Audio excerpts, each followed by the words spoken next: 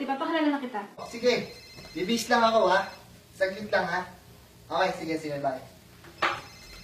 Hello? Oh, babe, ba't ang tagal mo sagutin? Babe, sensya na kasi gumagawa kasi ko ng homework eh. Ah, ganun ba? Sige, tapusin mo na lang yan. Baka di na ako makatuloy dyan kasi walang kasama kapatid ko dito eh. Ah, ganun ba? Sayang naman. Miss pa naman kita.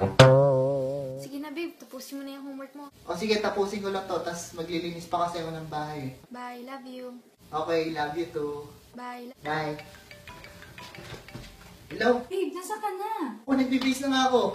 Papunta na ako dyan. Sige, babe. Diretso ka na lang sa kwarto namin. Kaya lang naman ni ate nandito eh. Okay, sige. Ingat ka. Okay, bye. Love you. Love you too. A few moments later.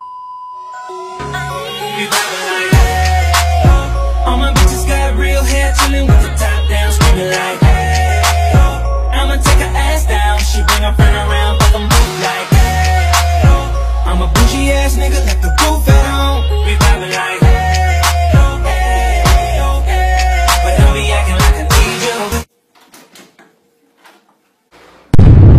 Ikaw? Ha?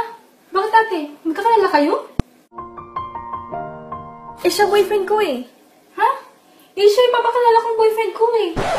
Sandali. Magpapaliwanag ako. Hindi. Wala ka daw ipaliwanag. Mamili ka. Ha? Mamili sa inyong dalawa? Pili ka. Lalayas ka. O kakalad ka rin ka naming dalawa.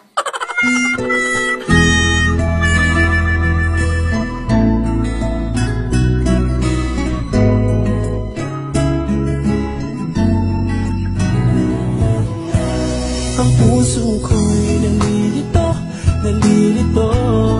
kung sino sa inyo. Ang isip ko'y gulong-gulo kung sino sa inyo.